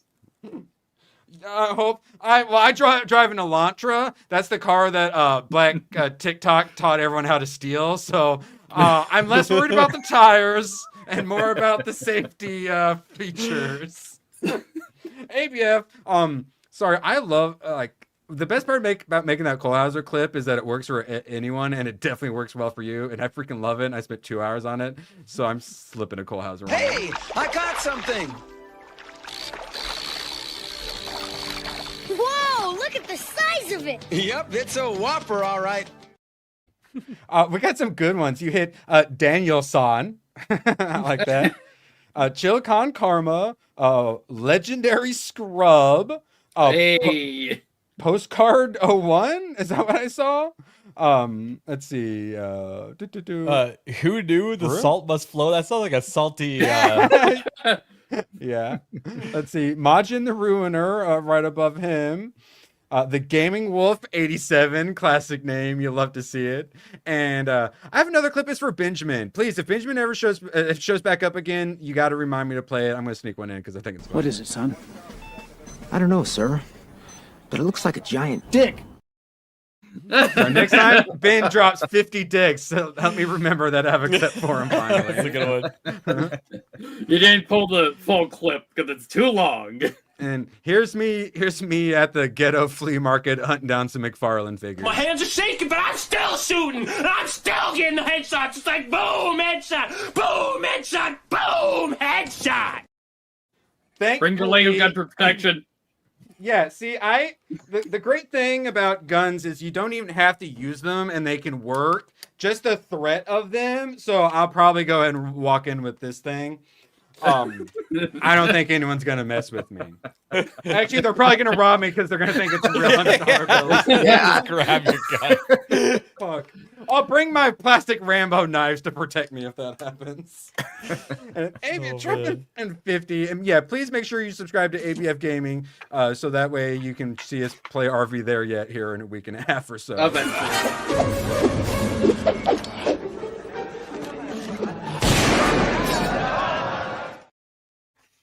I'm genuinely a little disappointed. I was really enjoying that game. Like hanging out on top, watching like Hayden or someone else like freak out about making everything work, and I just got to chill and do all like the easy, lazy stuff. We have another bear. It's perfect. Yeah, literally, I was just on bear duty basically. It was great. So yeah, I'm looking forward to beating that, and I will definitely be recording a video for that because I'm finally got just about everything beat for my Survivors like video. I have put. So I put like 50 hours into Expedition 33, and I'm like, I can't do another video where I have to play 50 hours of thing. I think I'm at like 70 hours of just playing Survivors likes to get it to a point where I feel like I beat enough to review it. Like, god damn it, man. Like, literally, my thumbs have been hurting. It's a game where you literally just move. Yep. And I've been fucking grinding them out so hard. I'm literally, when all I have to do is move it, I'm still like getting some carpal tunnel because I'm old playing. gamer thumb. Yes. So thankfully I'm about done with that. Gonna be working on that next, but it's gonna be a while for that gets out. Should have the first part out by the end of the year for sure. Oh, so I thought it'd be fun to knock out some RV There Yet. Yes. I'm bringing the Steam Deck to Egypt, and I'm gonna play Deep Rock Survivors on the plane. I figured that'd be a great one on the. That's great. Yeah, that's when I need to play a little bit more as well. I'm not as far in as I would like with that too. Still need to dabble. Really like it. I wish it were twin stick shooter, but other than that, the different classes are really great, especially if you like Deep Rock, and then the being able to mine really adds a lot. I like doing the actual miner because he can get through all this stuff so much faster. Yeah. All right, now Hayden, IGN gave your Where Winds Meet a 6 out of 10. Of course they did, but IGN sucks, and we know that if they give something a lower score, it deserves higher. Yeah. If they give something a really high score, it sucks. Isn't a 7 a worse score at this point? Yeah, honestly, yeah. I think so. Yeah, because IGN's is a default 7.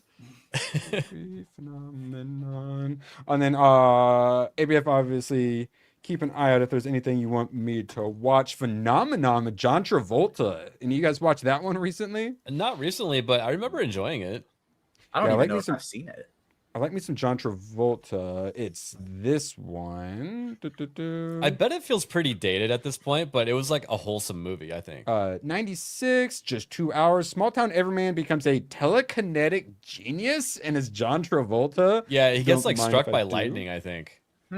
Nice. Phenomenon. Wow, phenomenon is harder to spell than I was thinking. That's close enough. We'll do another spin.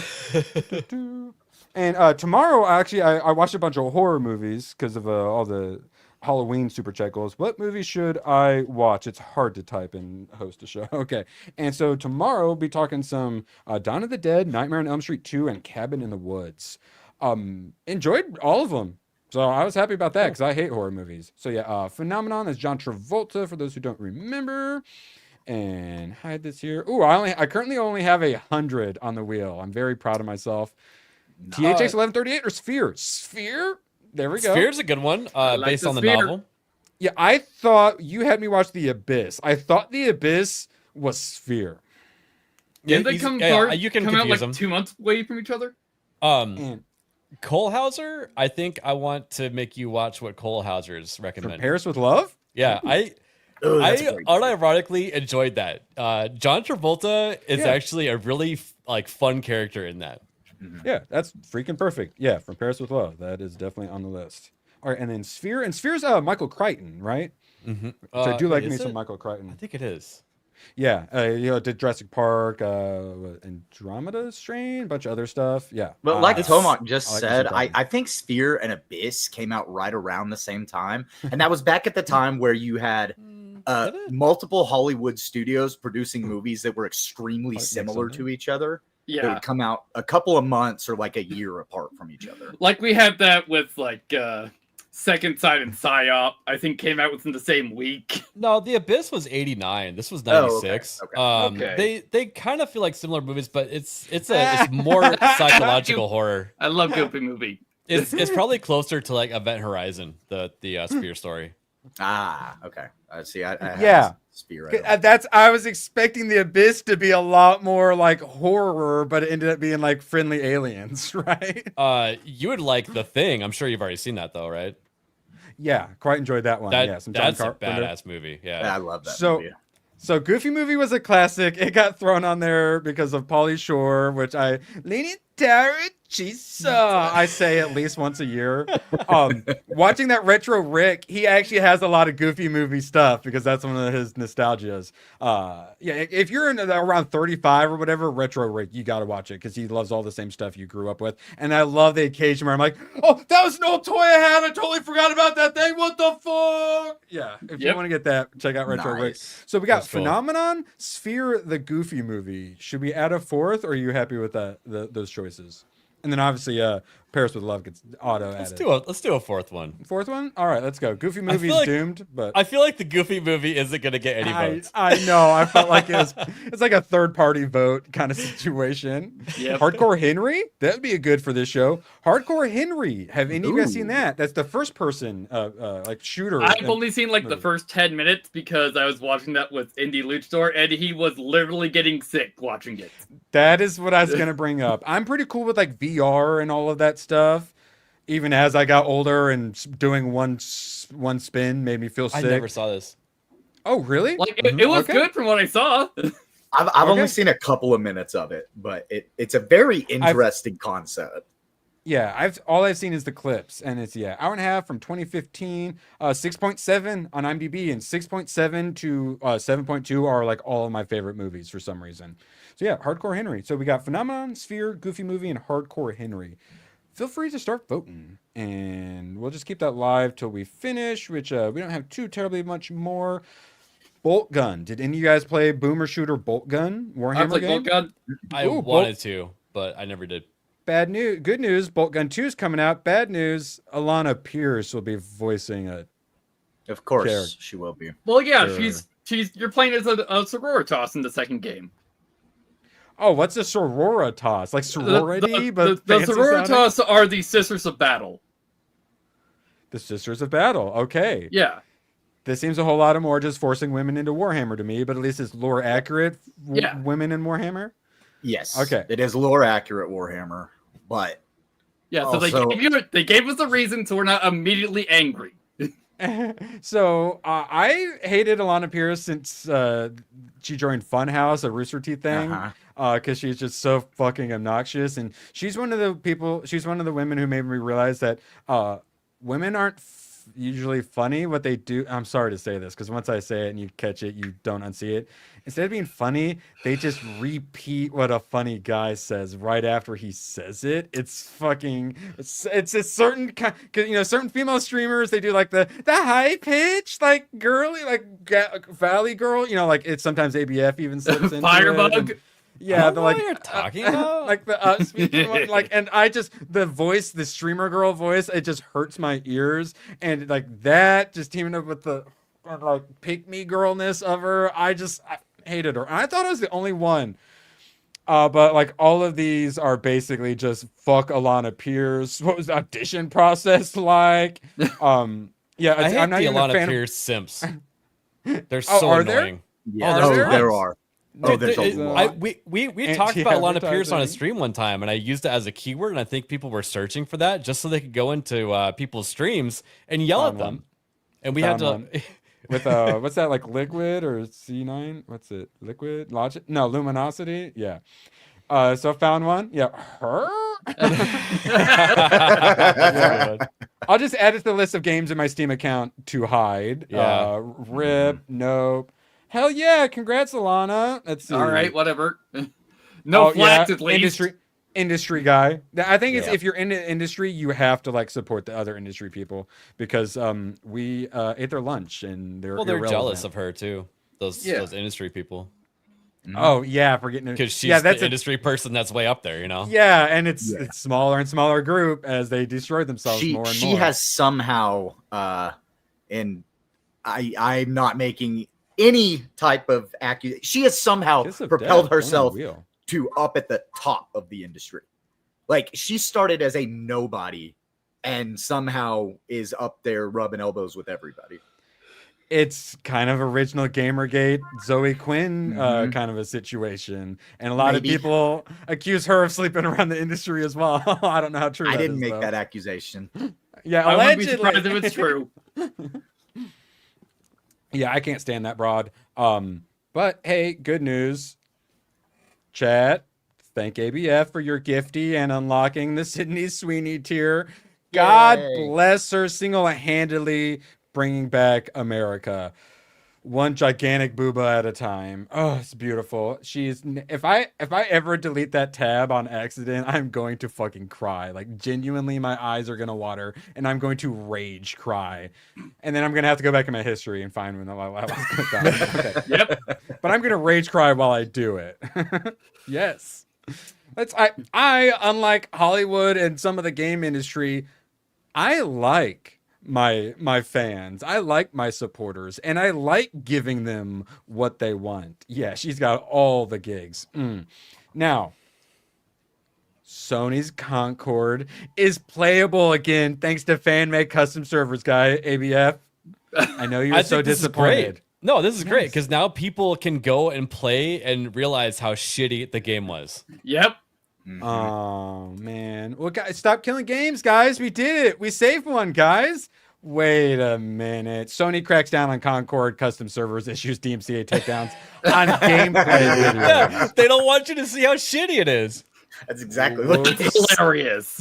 Maybe don't spread the word, Rhino. Yeah, like whenever there's a Nintendo fan game, it's like, don't talk about it till it's done. Yeah, exactly. Or, oh yeah, a total Fallout revamp. It doesn't exist, guys. All right, well, congrats. Or to better, it's Concord. called Wasteland. Concord, the game that got shut down twice. Congrats. Now, ABF, glad you're here because how interested are you in the Steam machine? Last I heard, you seem to be the only person I know interested in a Steam machine. Yeah, I'm gonna pick it up. Because it's not just a Steam machine. People don't realize it's a personal computer, and it's 6 inches cubed.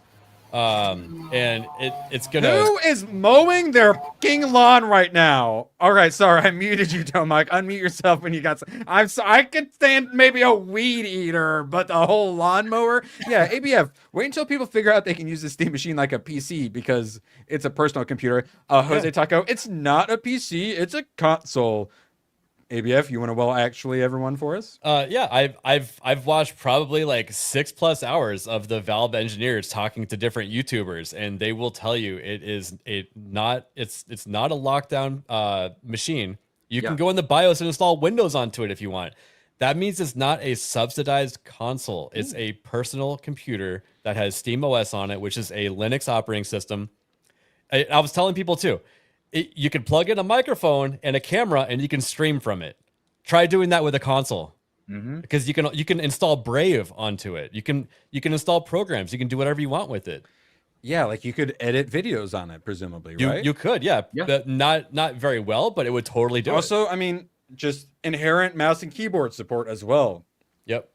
Huge upgrade over what, because consoles have slowly included them, but a lot of it is pointless. Like, why would I'll just get on a browser on my phone instead, you know? And people, the thing that I'm excited about is that SteamOS might become like a viable thing to install on your actual like main rig. And since the Steam Deck has been out for so long, they've got a little bit of refinement into the operating system there. And if it expands even more with this new device, I think they're going to have all kinds of developers making something better than Windows that we can switch to. And the VR headset has where you can like jack into it and do like custom stuff. So all the people are really into doing like, VR hacks and all that stuff and making new stuff, mods and whatnot. It's going to be even easier for them to do it. And it's the same like operating system throughout all three of them. Because apparently like one of the Valve had it or something, but it was like its own unique thing where this is the like whole Steam OS together. Yeah. So it works a lot better to make all of this stuff for each other. Think of it as like a Macintosh, like Apple environment. That's what they're creating. They're creating unified devices that work over and talk to each other and work over the same operating system. And not only that, the VR headset, it's got an ARM processor in it. A lot of people don't know what that means, but it means that a lot of portable devices are going to be supported for SteamOS, and because this is the first time that they're doing it, they're going to refine it on that as well. So they are really shotgunning the industry with this new operating system. One of the few things Microsoft still had was everything's an Xbox situation, and now they're not the only ones with it. Like if Steam releases a phone, then they have everything basically that matters that Microsoft has. Phil Spencer was congratulating Gaben over all this, but really that was like he had to say that, and he's pissed. Like you're great for the industry. We're publishing our titles. Like, your mother. Yeah. He's punching holes in his wall at his mansion and covering them up Nagarnal style with posters. Like Hillary Clinton, Kamala Harris election loss. Like drunken rager. Because I actually see this as clawing numbers from Microsoft eventually. This might be an issue with the emulation because something like a Nintendo cracks down on that so hard. I'm not sure if they will, but then Nintendo might try to like pressure Steam if too many people start emulating everything on there. Let's see. Hayden, we got the how interested are you in the Steam machine? Not much is the 38%. A shocking 60% average and very. You have any interest in the Steam machine? I personally don't, but I've got a nice gaming laptop. I've got a really nice gaming laptop. But what I see this more as, and I know, ABF is interested in it. A lot of PC gamers are interested in it. I think that depending on the price point, this actually brings more people into PC gaming and into the larger library that like Steam can offer. My nephew just bought a mini PC. So so he would have bought this if it were out of the time. Right. And a lot of people, the thing that keeps them from getting into PC gaming, Tim's a little bit behind us still, is the price point. So if this has a lower price point. Yeah, here, let's go to the next. If you can go to Walmart and buy a $600 laptop and people are getting started with gaming on that, if you just increase that to even say the $800, So and they actually have something that can run things on high specs. Like barrier to entry is basically knocked over. I watched way too much stuff on it, so I actually know what's going on with this, with the hardware that's inside of it. Microsoft was supposed to buy a bunch of chips from AMD, and I guess the deal fell through. And they have these chips that were meant to go in Microsoft services. And I think that since Valve already had a relationship with AMD, they were like, "Hey, do you want to buy this?" So they're using a chip that's meant for, you know, kind of like a low-end tablet, and they're able to put extra cooling onto it and throw it into this Steam machine, and actually make something worthwhile out of it. So they're getting these for like really, really cheap, and I actually think that they're able to price this thing pretty low. So yeah, but you, as you talked about, you're not sure if they're going to do loss leader on it, and that's one of the reasons why like PS5s and Xbox is so cheap. They sell them at a loss to get you in the system.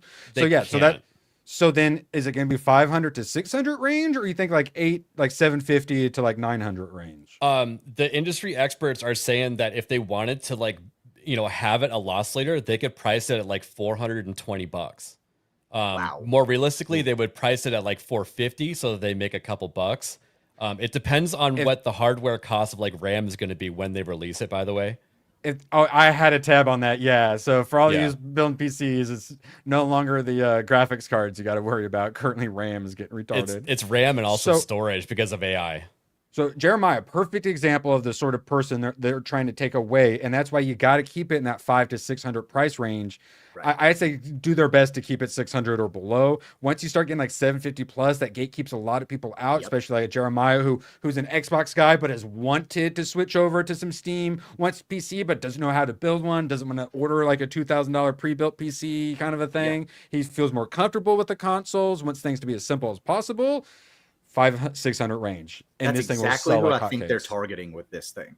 I don't think this isn't targeted toward PC gamers. This is to bring more people into buying things from Steam. I also think that I think they're going to sell it with the intent that they don't believe that anyone will buy a game for it. They're going to try to make at least a couple dollars. That way it's not a loss leader. But to go back to the price really quick, I think they're going to bundle the Steam machine with that new controller and the VR headset for like $1,000 to like $1,100 for all three. Yeah. And then the headset doesn't even need to be hooked up to a PC to run quite well, if I'm not mistaken. But I assume like all of them, you can hook it up to a PC to make it run if better. you want to like game on it, it's going to be like the, you know, like the crappy VR games. But if you link it to the Steam machine that you already have, it will, you know, you'll be able to play it with more performance. It's more of like if you want to just like lay in your bed and watch a movie type of thing with the, you know, the low power ARM processor that's built in. Well, and they do have the dedicated wireless connection that goes from the headset to the Steam machine. I assume there'd be too much latency an issue for that, but it has to be there if they're rolling it out, which is impressive. So I had the HTC Vive when it first came out, and Valve actually had a relationship with them, and you had to put in like a special PCI Express card in your computer and have something pointed at you. And if a piece of paper would block it, it would actually break the connection. It was like a super high frequency, so there was like no latency. They've put a lot of R&D into you just having to plug in a USB now. It's so cool. They've solved so many quality of life things that have gatekept so many people from VR. Just being able to put it right on and it's good to go. That's huge. No wires. That's huge. Big a battery that actually lasts for a while. Enough storage and stuff like that. All huge. And they're finally figuring all that out. And I don't think this headset's gonna be the one that does it, but we're getting, I think, so close to VR being like viable and mainstream. Yeah. Yeah, I still think that it's gonna be really hard to get people into VR. But it certainly makes it a lot easier. So we'll see how that goes. No, Patchers, no. All right, we're going a little late, so let's keep it moving now. As ABF, they're gonna need some software, right? You're just talking about that. 3 pieces of Valve hardware announced a week before Half-Life's anniversary. Every previous Valve hardware announcement has preceded an imminent game announcement. Sure would make sense to have some software. If it doesn't happen now, it's never ever happening ever. Well, it's probably not going to, but it happens now or never. So you can't pre-order it yet, and we don't even know how much it's going to cost yet. But I think that when they open up the pre-orders, they'll announce how much it will cost. And I suspect it would be the best time ever to announce Half-Life 3 at the same time, and people will just try to shove their credit card into the screen to pre-order as hard as possible. Yeah, the orange box. Make it real. Like, seriously, if they have it $500, God bless it, Tomac. We are going to discuss your microphone situation after this stream.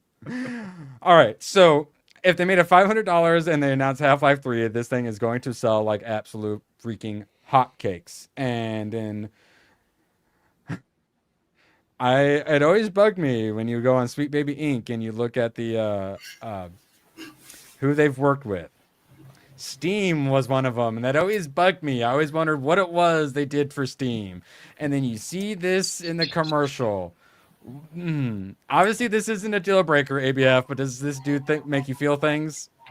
If it stays in marketing alone, I'm okay. But I don't know.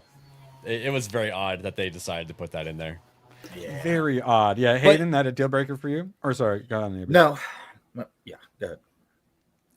Really quick, I do think that this does appeal to the casuals, which is going to be girls, because Jess liked the idea of the Steam box, even though she has access to a home theater PC in my living room to play Expedition 33.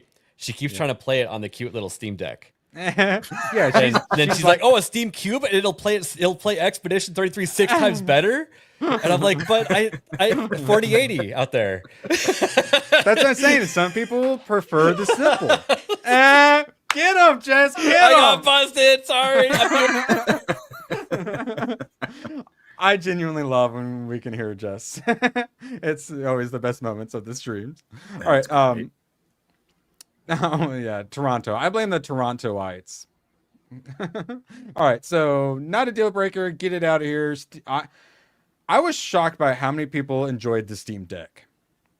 Everyone seems to love it. In ABF, what you said, you didn't really play yours a ton, but now it's getting some use and being loved by Jess. So I was shocked, and I feel like the Steam machine is just like, who's gonna buy it? Oh, no one's gonna care. But no, I think people are gonna care. I think it's going to be shockingly popular. Well, just one thing to take into account, like if someone they've never played a video game, and they're like, hey, what should I play on? I think the Steam machine, after reviews come out and people say it works, I would recommend 1,000 times over any other console because of the library you have access to. It's like 100,000+ games. Steam sales, dude. Steam sales. Because I normally joke about how Steam sales, man, you save so much money on my $3,000 gaming rig. And then the money doesn't really work. But being able to get it for like $500 to $600 and the Steam sales constantly, that's some value. Hey, what were you saying?